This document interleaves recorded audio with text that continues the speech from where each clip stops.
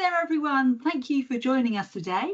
I'm Deborah from GoVolHerts, and welcome to the fourth instalment in our Volunteer Spotlight series. In this series, we're introducing you to some of the charities in Hertfordshire so you can find out about the work they do, and maybe they'll have the ideal volunteering opportunity for you. Remember, you can subscribe to the GoVolHerts YouTube channel and click the bell icon to get notifications whenever we post a new video. So you always get updates on what we're up to and what charities in Hertfordshire are doing. For this week's episode, I'm here with Ernest Moses, who works for MCR Pathways. Thanks ever so much for joining me, Ernest. Thank you so much, Deborah. I'm really excited to be here. Thank you. That's great. Okay, let's start off. Can you tell us a little bit about MCR Pathways? What is the sort of driving force behind your organisation? Our organization, and again, thank you, Deborah, for having me and therefore having us as a charity. We greatly appreciate it and this opportunity to talk about MCR Pathways. So MCR Pathways is simply a mentoring charity. And MCR is actually an acronym for motivation, commitment, and resilience. And we help young people to find, grow, and to use their talent. So the way we do it is that when young people are coming into, secondary school, they identify young people that would benefit from our program are identified, and the program is recommended to them. And voluntarily, it's their own choice to join. And when they join the program, or when they run the program from year 7 to year 13, that's when our program runs. Then we start working with them from year 7 through group work sessions. Then year 9, we match them with a mentor. So we are a mentoring charity. We help young people to find, grow, and to use their talent. Yeah, so that's MCR Pathways and what you do.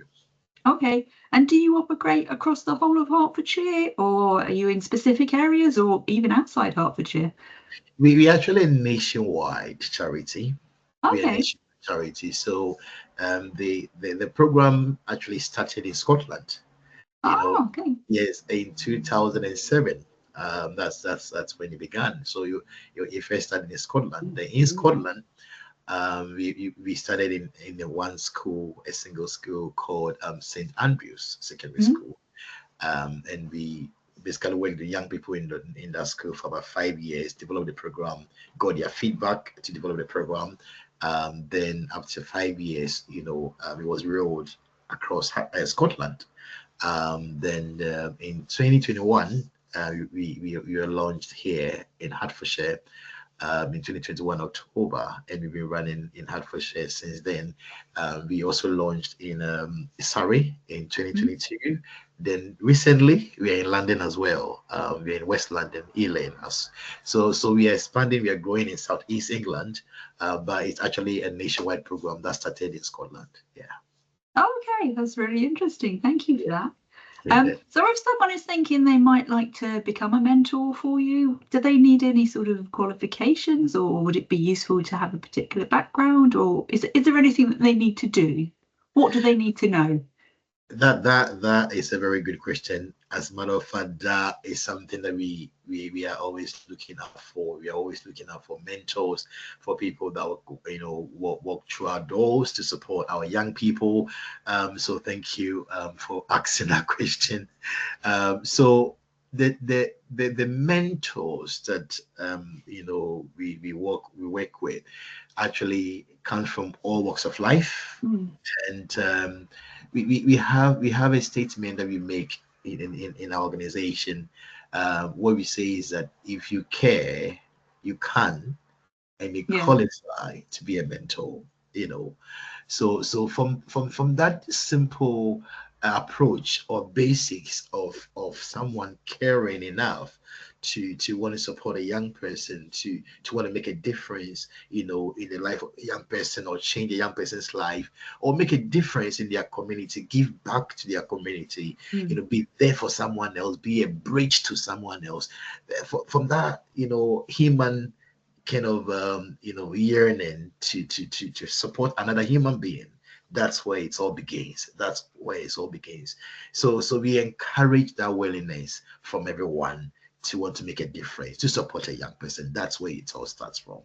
Now, as far as qualification or experience is concerned, we are not particular about it than Mm. the fact that you are willing to help. So Yeah. no experience is required, no specific qualification is required, because we offer training, Okay. to anyone that would come through, comprehensive training to share some few tips and some few suggestions with you on some mentoring skills, really, or mentoring tips, safeguarding and all of that. We do offer training. So, and also there is ongoing support, for Yeah. everyone that comes on board as a mentor. So no required experience or qualification, really. It's just the basic human kind of kindness of wanting to support a young person, wanting to help, a young person, wanting to make a difference. That's what you look out for. Yeah. Yeah, that's great, because I think sometimes people think, or people don't think that they're special, or perhaps that Yeah. they can offer something. But like you say, the fact that they care about it enough to think about doing it, Yeah. that's enough to make a start That's from, and we that's can all they work on the other stuff. that's all, Deborah. That's all we require of mentors. And a mentor's simple task is to listen to a young person and encourage them. What we've done is that we are looking at things from its simplest form. Not over engineering anything. It's just a simple Mm. human connection and a simple activity of listening to a young person and encouraging them can make such a difference to their lives. Absolute difference to their lives. And that's all this is about, really.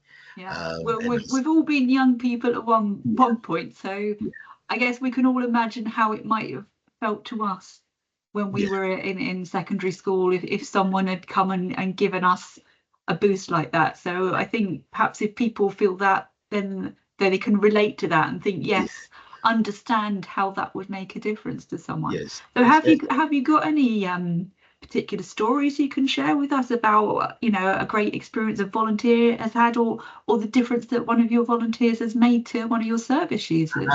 I think that there is nothing as powerful as a personal story, a personal testimony. Yeah. So I am a product of mentoring myself, Okay. someone believing in me, someone helping me build confidence, and I've had several mentors, over through the years, who have been there for me, and not really making the focus about myself, then about the fact that I actually had a young person that I had the privilege and opportunity to mentor. Mm. She was in Saint Marriott. I mean, sorry, it was in Marriott School, in Stevenage. And I'm telling you, Deborah, this is a young person who did not think that she could progress to positive destination. She didn't Mm. think that she could, really do much because of her circumstances. So, because what we say in our organization is that a young person should be defined by their talent and not by their circumstances. So it doesn't matter where they find themselves or what they are going through, their talent should define them. You should allow their talent to define them. And this young person really, had a circumstantial issue and didn't think that she could progress to positive destination. And so she didn't really concern herself with going to uni. And at the time that we started speaking, we started meeting. She was in year 12, going to year 13. And so that's when we started to talk, meeting, having our session. And from the onset, she made it clear to me that I'm not really interested in the future. I'm not interested in uni. I think it's too much work. I can be bothered, and all of that. She kept saying. And week after week, as we kept meeting and we kept talking, I noticed a growth in her. I noticed confidence was building. I noticed that somehow her self-belief was being strengthened, week after week as we met, because 1 hour a week, Deborah, is 1 hour a week request for a Mm. mentor. And one day she just let out the good news for me, and for me it meant a lot. When I would go in to see her, and she said, I've made a decision to go to university. And I was like, oh my God, you want to go to uni? Is this your own decision? They say, yeah, I think I can do this. I think it's possible. And I'm telling you that that was heartwarming. It meant so much Wow. to me. And as I speak to you now, she's progressing to university, University of East, University of no, no, no, no, no, no, no, the university, Anglo-American University, I was gonna call it. That's fine. That's where she's going, and that's so beautiful. And this is a young person who did not think that she could progress to positive destination. She didn't think that she could do anything with her life. To actually believing in herself, having that confidence and progressing, right there, we have created a future, or we have helped the young person to shape their future. And this is a Yeah. good news story I would like to share. It's a personal one, but it means so much to me. So much to Yeah, me. that's absolutely great that someone has gone from not having a lot of self-belief and thinking they're maybe going to have a very restricted life, maybe in terms of what they could do, saying, actually, I can do anything. That's a really it makes such a difference to someone's life when you Yeah, tell us a story like that. And maybe someone at home is thinking, that would be a great thing to do, to make that much impact on someone's life, that they see all these possibilities and all this potential yeah, open up, because that's the greatest gift pretty much that you could give someone, to yeah, have that yeah, feeling that they can do something, they can do anything they want with their life. That's brilliant. yes, yes. And exactly what you said, Deborah, that there are so many young people out there that actually have some of these mitigating factors in their lives that makes them feel like, what, I can't do much of my life. I don't think I can progress to positive destination really. And the fact that they would have someone, come to them and say to them, I think you can do this. I think it's possible, it's doable. Yeah, so You have someone the who believes in you who makes believes, an enormous amount of difference. Absolutely. yes, yes. So there is a statistics, for example, that I can share with you that uh, Okay.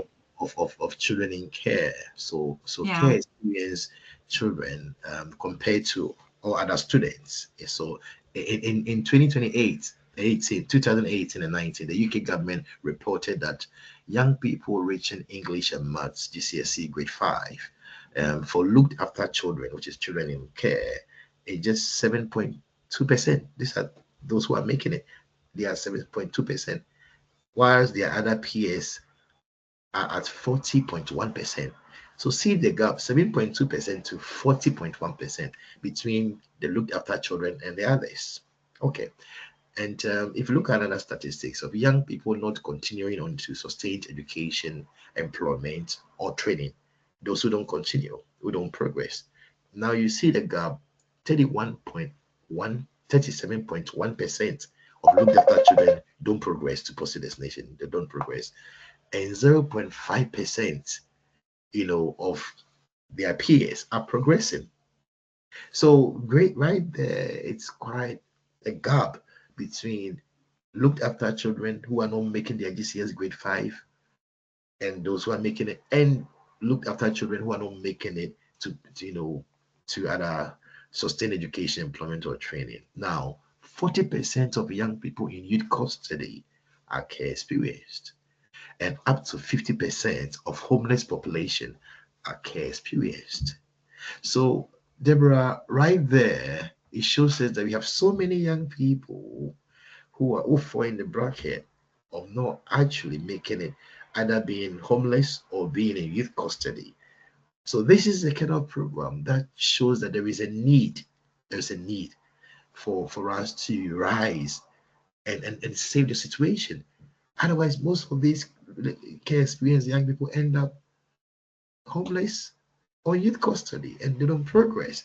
So these preventive measures in place then helps to support them and encourage them and build confidence and put them on the right path really towards Yeah. positive destination. That's why there is a need for this. Yeah, so the children in care, for anyone at home who doesn't know, be those who were taken away from their birth parents by social services. So their family situations would have been particularly hard, wouldn't they? You know, I know from my previous work that their life chances, if you like, are a lot lower, and you've just given us some figures on that. So it's almost a sort of sad cycle. And if you were a child who was taken into care and you have children of your own, they're more likely to be taken into care. So it's sad for the individuals, and it's also sad for society that this continues. But if we have programs like the one Ernest here is running, then maybe we can do something. Maybe you can be the person who improves the life chance of a young person and helps them sort of break out of that cycle. I mean, that's an amazing thing that you might be able to do. 100%, and it's an hour a week we are talking about here. Yeah, so that's not a huge commitment. So that will be, we understand that people have so many pressures on them. We've got, you know, the cost of living, and, you know, just there's not enough hours in the day sometimes. But this is quite a reasonable, hopefully manageable commitment for a lot of people. And you've just, you know, from what you've told us today, it could make an absolutely life-changing difference to someone. That is exactly what it is. So that's sacrifice and kindness that someone can show to a young person can change their life forever. Because, like I said, lifetime commitment, lifetime impact. You know, and it's an hour a week that we are that will take for that to happen. I think that's priceless. There's nothing like it. Honestly, there are things in this world that you can't put price on them. You can't, you know, quantify, because the nature of those activities are beyond natural. It's different. It's unique in nature, because you are saying that you are going to spend an hour and encourage a young person to shape their future and their life aim and life purpose. That's profound. That's profound in nature. And when that impact takes place, it's priceless, absolutely priceless. You know, so that's amazing. That's great. Thank you ever so much, Ernest, for everything you've told us today. If you're sitting at home and you think that there's something, maybe it's something you could do. We've said that they offer training, and if you're feeling it's something you'd like to do but you're not sure, you're not making a commitment by getting in touch with Ernest. Absolutely not. But you will be supported, and the fact that you feel like you want to do it probably means that you might well be the right person to do this role, and you could make a difference to someone's life. How fantastic is that? MCR Pathways, like over 400 other organisations, have their roles on our website, which is GoVolHerts.org.uk. So you can go to our site, and if you haven't already, make yourself a free account. And if you want to find the volunteering opportunity that interests you, just click on the join button. I'm going to put a link in the description to this video, which will take you straight to the role at MCR Pathways if you are interested in that. If not, if it's not quite right for you, maybe, please feel free to search for other roles, because there's lots of choice out there. Hopefully something there for everyone. And if you work for an organisation as well that needs volunteers and you're not currently promoting your roles on GoVolHerts, please feel free to get in touch with us, follow us on social media, or go to our website. I hope you'll join me next time. I'll be talking to another Hertfordshire charity about the work they do and the volunteering opportunities that they have.